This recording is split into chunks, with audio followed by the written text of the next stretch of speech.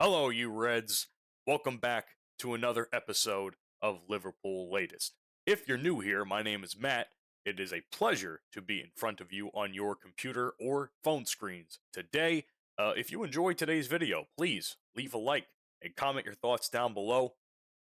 And to never miss an upload, because we do it damn near every day here, subscribe to the channel if you feel so inclined. It helps me out, it helps Fan Arch out, who I am in this endeavor with, and I greatly appreciate that in advance. I'd like to start today's video with a little brief discussion, and I'll keep it brief, or at least try to, about how Richard Hughes, Michael Edwards, and Arne Slot are, in the process anyway, of costing us Champions League play next season. Because obviously, we are currently playing in the Champions League. As a matter of fact, by the time this video uploads, we should be playing in at least another hour or so. Or a few hours from now, I should say. So, I asked the question, or I seen the question asked, and I would like to answer it. I don't know what the fuck they're thinking. Because the way we've been playing has been shit, which hasn't even resulted in damn near anywhere close to Champions League qualification, if you ask me. Like, yes, the standings say different. At one point, we were in fourth place, but still putting on some dreadful performances. So even then, I would say to myself, if this team was in the Champions League next year, we'd be absolutely getting cooked, without a shadow of a doubt. As far as the aspect of signing players to help us get to that point, Richard Hughes and Michael Edwards have done damn near next to nothing this transfer window to even remotely get us in a position where we could succeed for some strange reason.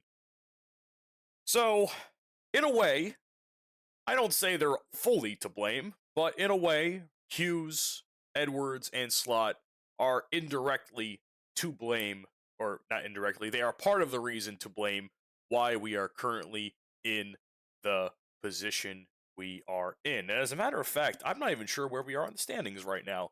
So I'm going to quickly take a look at that because I am curious in my own right to see if we even qualify for the Europa League. Well, shit, we don't even qualify for the Europa League right now because Chelsea is 1 point ahead of us and Man United have our previous spot at fourth place. So, let that be the evidence you need for what is the reason we are currently not in contention for next year's Champions League season. It's pitiful, frankly. This team should not be suffering the way that it is, considering all the money that went into it and all the talent we have. But clearly, injuries play a factor, and the fact that we have signed nobody to account for those injuries isn't doing us any favors. I'm not saying that we need to panic buy, but what I am saying is we should have been bolstering up weak positions on the field due to injury and or whatever reason. Players not playing well, players on some sort of leave. We're fucked. That's essentially where we're at right now. As of right now, we are fucked.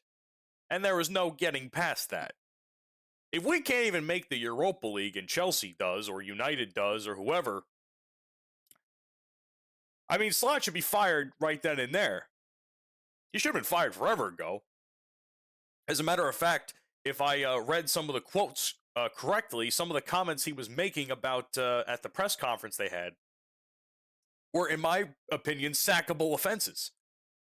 It's just brick upon brick upon brick upon brick of the giant wall that is Arne Slot, blocking our ambitions.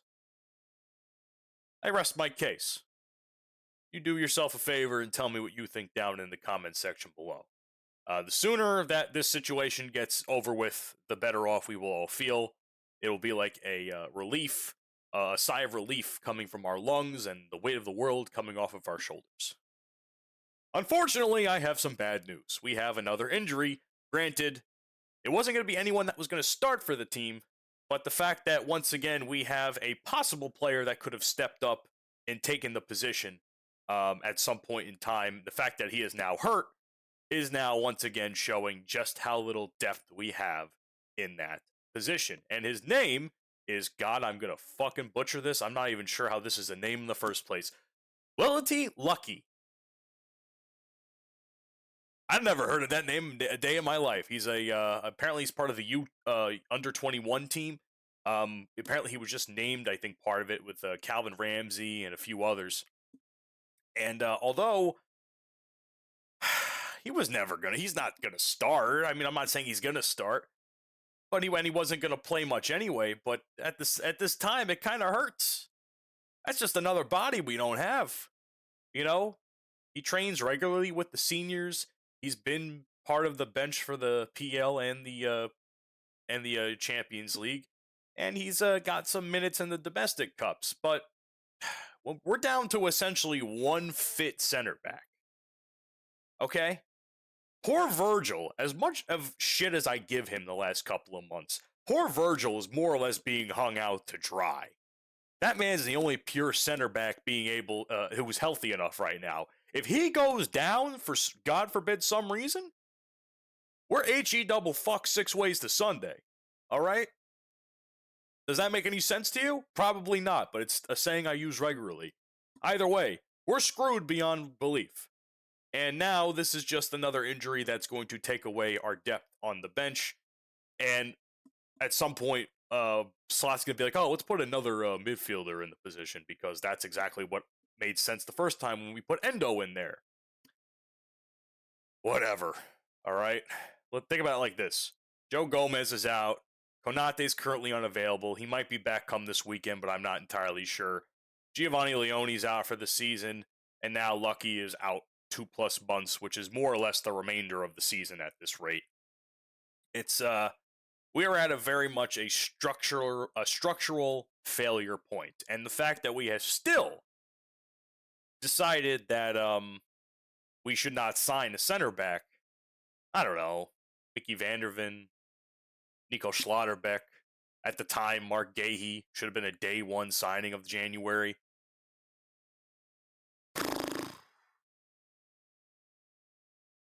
It just does not make any sense. It also kind of makes sense why we didn't sell Robertson, because now we just be down another player who has experience and leadership capabilities. And the fact that, we really should have signed a short-term center back long before any of these problems became problems. Long before the Gomez injury. Long before now this Lucky injury. Hell, long before Connor Bradley got hurt. They should have made these changes in the fucking summer. Mark Gahey should have been a summer signing, but we didn't do it because we were so busy focused on other fucking players. For good reason, for some of them. Others haven't panned out as well right now. So, we're screwed. I hope Lucky gets better. It's a real shame. Such a young player dealing with an injury like a long-term injury like that. It's going to be rough. But I wish him all of the best. And I hope to God we come to our senses in some way, shape, or form. Speaking of coming to our senses, what the hell is this article I saw earlier today? What in the goddamn fuck? Who in the goddamn fuck, I should say, thought it was a good idea to ask the question of what is the potential of Trent Alexander-Arnold returning from Liverpool, because clearly Real Madrid do not want him. And of course, since Xabi Alonso's been out, their current model with their current manager, he's clearly not fitting that model, and it seems like that is going to be an inevitable split sooner rather than later, according to some rumors. But until I see news on this, I'll take everything with just a little grain of salt. The short answer is this. Fuck no, we shouldn't take Trent back. Not because of the whole rat thing, not because of the whole loyalty thing. It just makes no feasible sense. What, we're gonna sign Trent back, and then he's gonna start at right back again? Is that's going to take away Frimpong and all that money we spent away? No, because if you ask me, Frimpong's been a pretty good. He's probably been the best transition from Trent that we have seen. Bradley has been iffy at times this season. Who else has been in that position? I don't even remember. I know Connor Bradley's been in there quite a bit, especially when Frimpong got hurt. I don't even know. I generally don't even know anymore. All I can think of is Bradley and Frimpong, and honestly, Frimpong has been the better of the two, and he's probably been. He's very, I don't want to say Alexander Arnold-esque, but he certainly does a lot with the pressing, which is helpful for us and trying to create opportunity. So, I'm of the opinion that signing Trent only puts Frimpong in a secondary position, and that just looks bad on us for signing him in the first place when we spent all the money we did for him. So it makes no feasible sense to sign Trent back just based off of those logistics alone. And like I said, does it really make any sense from a loyalty standpoint? He was clearly willing to leave the first time because of whatever reason. Maybe he wanted to see if the grass was greener in other pastures, and unfortunately for him, that wasn't the case. I mean, as they always say, there's no place like home, and clearly Liverpool was his home. And regardless of how you feel about the situation, some fans are going to take that a certain way, especially if they sign him back, given all the shit that they've talked now online about him. Even me, I'm guilty of that too. Do I want to see Trent back? No, I don't want to see him back. Because again, one, we've moved on. Two, it just seems like it just is like an egg on the face situation for Liverpool. It's actually an egg on the face for both teams in this case, or both parties in this case. Trent in the fact that he thought he can leave and be a bigger star elsewhere, and Liverpool for not signing him with a contract in the first place, causing this whole mess and at all. So, and we're already under kind of another rebuild at this point because obviously Slot's going to be gone. Who knows how many other players are going to be gone in addition to that? I mean, Jones possibly leaving in the summer. Robertson probably leaving in the summer. Maybe one or two others that are escaping my mind right now. And again, Madrid's issues don't necessarily mean an opportunity for Liverpool. It just, to me, I keep saying this, it just doesn't make sense. Why would somebody spend time and hours out of their day to create a scenario like this when almost nobody, is going to be behind it? This is like a rage bait article to me, okay? This is clearly rage bait. Like, hey, should we sign Alexander Arnold again? Fuck no, we shouldn't. Who in their right mind sits down, thinks about this for hours, writes it down on paper, publishes it to the masses on the internet, and then expects a positive reaction for it? Trent's always going to be a Liverpool icon, but he's not going to be looked at the same. If he came back, it would be just as much of if you ask me, it would be just as much of an insult for him to come back as it was to letting him go in the first place. And it would be an insult for us saying, hey, we're so desperate that we need you right now. That just goes to show that in a way, Trent was right. He's become a bigger star somehow on Madrid to the point where we desperately need him back because our model doesn't fit without him. Last but certainly not least, we have a Champions League match today against, God, I'm going to fucking butcher this, Qarabag.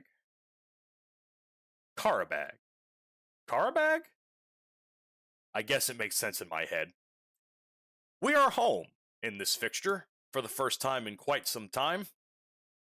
And naturally, Liverpool struggling at home all season worries me quite a bit. We've done a little bit better away than we've done at Anfield.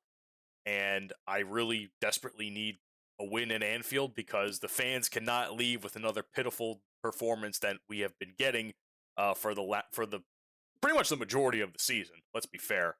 At the same time, Qarabag doesn't really they don't pose a threat to us. They're like 16th place or 18th place or something in the Champions League standings. They're clearly not going to make it past the group stage, or if they do, it's by some grace of God. Let me take a look at this. Champions League standings. Let's Google this right now. We'll do it live. Fuck it. Karabag is currently in 18th place with 10 points in the group stage. We are sitting at 4th place with 15. We've already qualified at this rate. So a win here only solidifies that. So there's really, I don't want to say there's nothing to play for, but in the sense there's really almost nothing to play for because we've kind of already qualified for the rounds. It's just a matter of if we win this game, I think we get a bye or something in the coming weeks in the next phase of the Champions League, which honestly, the boys can use a little bit of a rest. So I am not opposed to trying our ass off and beating the dog shit out of this team in hopes that we can have at least some ease in our souls. That way we are not constantly sinning in misery from the fact of watching Liverpool football. As far as how we're going to play, I mean, I expect us to be structurally dominant. Measured tempo, definitely a lot of possession. I don't expect Karabag to have much possession at all. I think they're very, very slimly favored to even remotely win this match. And if they win, it's like, again, by the grace of God. The fat lady's got to sing, hell has to freeze over, pigs have to fly in the sky for them to win this match on paper. As for us, it's basically our match to lose. It's a matter of how do we fuck this up so that we make it tighter than we need to. And that's where I'm at with this club. Every match we play, I have to ask the question now, how are we going to fuck up a on paper winnable match? And that's that. I believe we'll probably win. By how much? No idea. But I certainly believe this will be once again a very ball dominant, possession dominant game. It's a matter of what we do with the opportunities that come with that matters to me the most, because we clearly show that we can have possession. It's a matter of being able to create opportunity to score, which is the problem we have been having. Who's in the starting 11, you might ask? Well, that should be a relatively easy question. I can't see it changing much from the last match we had against Bournemouth. Becker would be in net, or you can probably put in Mamardashvili.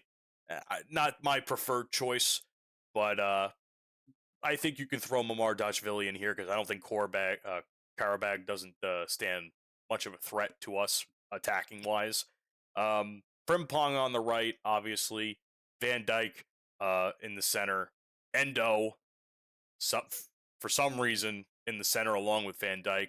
And I can probably throw in Andy Robertson in this at the left.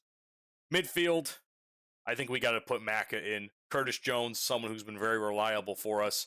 I would also put him in that list as well. And Szoboszlai should go without saying because he's been consistently the best player on our team for the majority of the entire season, if not the entire season.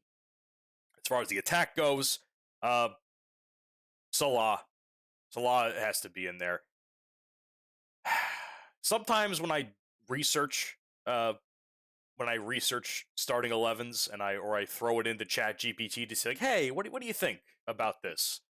They give me Cody Gakpo. Cody Gakpo? You fucking nuts?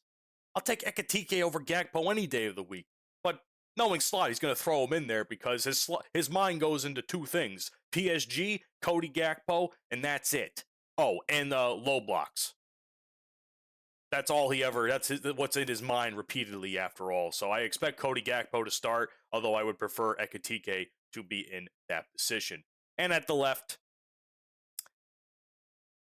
you could kind of throw in Chiesa or Wirtz for this. I'm kind of leaning towards Wirtz. Other sources I've seen say Chiesa. I love Chiesa to death, but I'm not sure if he's going to start this match. I'm sure he'll sub, but I don't think he's going to start. I think Wirtz is our guy for this. So that is my Liverpool latest today. Please leave a like on the video, comment down below, and subscribe to never miss an upload. Because remember, when you're part of the Liverpool Latest family, you, my friend, will never walk alone. Up the Reds. Let's hope for a victory. We fucking need it.